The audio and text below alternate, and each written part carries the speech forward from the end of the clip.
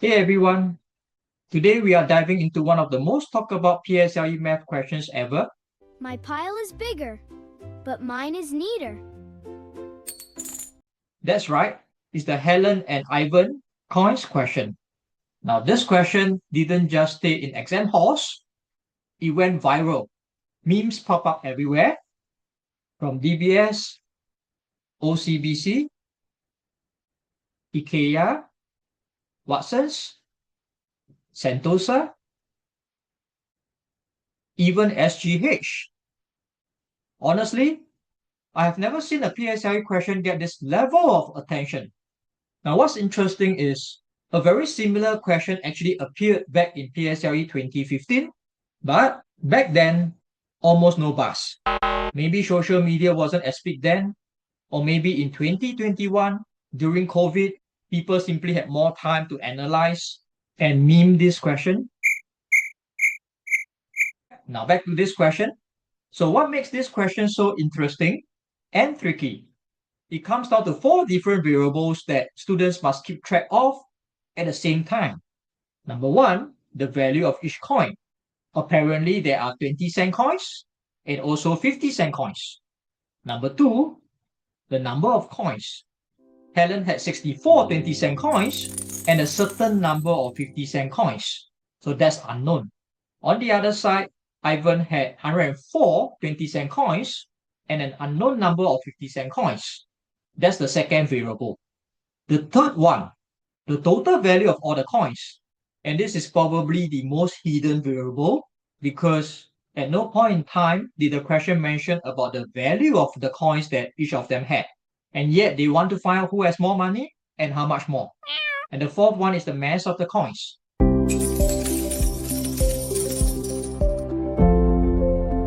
Now, individually, they are easy to understand. Like everyone knows what's the value of each coin, the number of coins, the total value of the coins, or the mass of the coins. But when you combine all these four in a word problem, that's where confusion starts. Now, let me show you a simple example as to why students are required to be able to differentiate the value of each coin, the number of coins, and the total value of all the coins. So I want you to imagine person A having 3 coins and person B having just 1 coin. Now, obviously, person A has more coins. But does that mean that person A will have more money? It depends. So if person A has three 20-cent coins, that's 60 cents in total. But if person B has a single $1 coin, then person B actually has more money, despite having fewer coins. So this is exactly where students might get confused, mixing up the number of coins with the total value of the coins. Now imagine having to manage all these four different variables at once, and someone under exam pressure is not just challenging for a 12-year-old, even adults can get confused. So the big question is there a clear and reliable way to solve this? The answer is yes, and it's a powerful one. And this method is known as model drawing. Now, with a simple model, students can organize the information visually, separate the variables clearly, and solve the problem step by step without getting overwhelmed. So if you are ready, let's walk through this together, one baby step at a time. Helen and Ivan had the same number of coins. So first we can draw a model to show that the two of them had the same number of coins. This is Helen, this is Ivan. This model represents the number of coins that the two of them had. Each of them had a mix of 20 cents and 50-cent coins. Helen had 64 20-cent coins. So I'm going to go to Helen and say this is 64.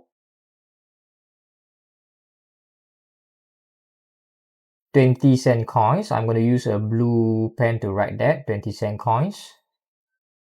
And the rest in red will be the 50-cent coins that she had. While Ivan had 104 20-cent coins.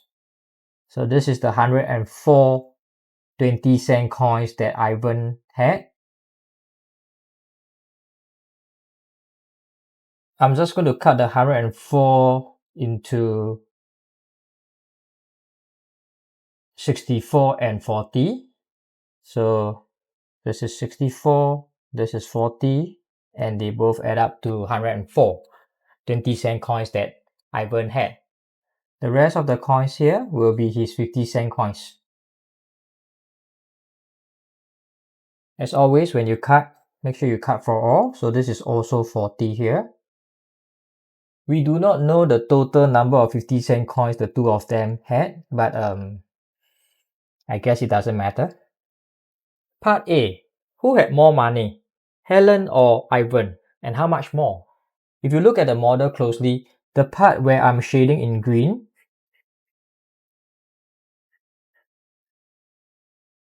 represent the same amount of money for both Helen and Ivan because they are all 20-cent coins. In fact, 64 of them. So the amount of money there is the same in green. Likewise, these parts here where I'm going to shade in green also have the same amount of money because they are all 50-cent coins.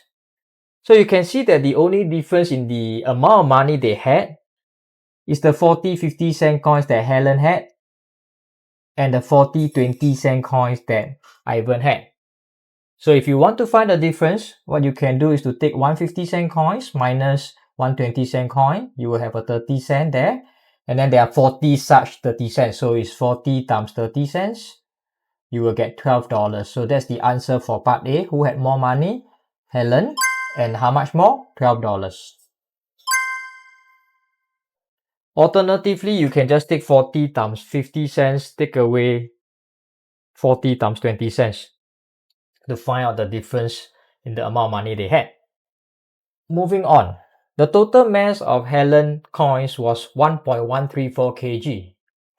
Part B, given that each 50-cent coin was 2.7 grams, heavier than each 20-cent coin, what is the mass of Ivan coins in kilograms?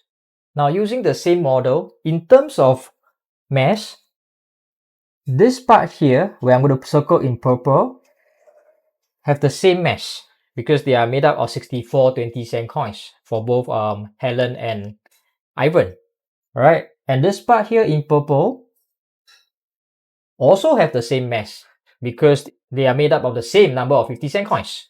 So once again, the only difference in mass is due to the 40 50-cent coins that Helen had and the 40 20-cent coins that Ivan had. And knowing that one 50-cent coin was 2.7 grams heavier than one 20-cent coin, for part B, we can take 40 multiplied by 2.7 grams to find out how much heavier the 40 50-cent coins are compared to the 40 20-cent coins. So if you work it out, you will get 108 grams. So the mass of Ivan 40 20-cent coins was 108 grams or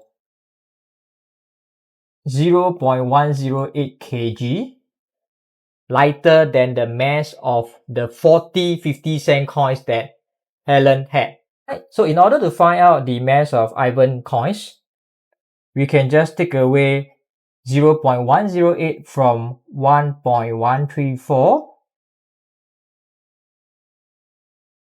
to get the answer for this question, and that will be 1.026 kg. 1.026 kg. Now that you have seen how model drawing works for this question, here's what I want you to take away.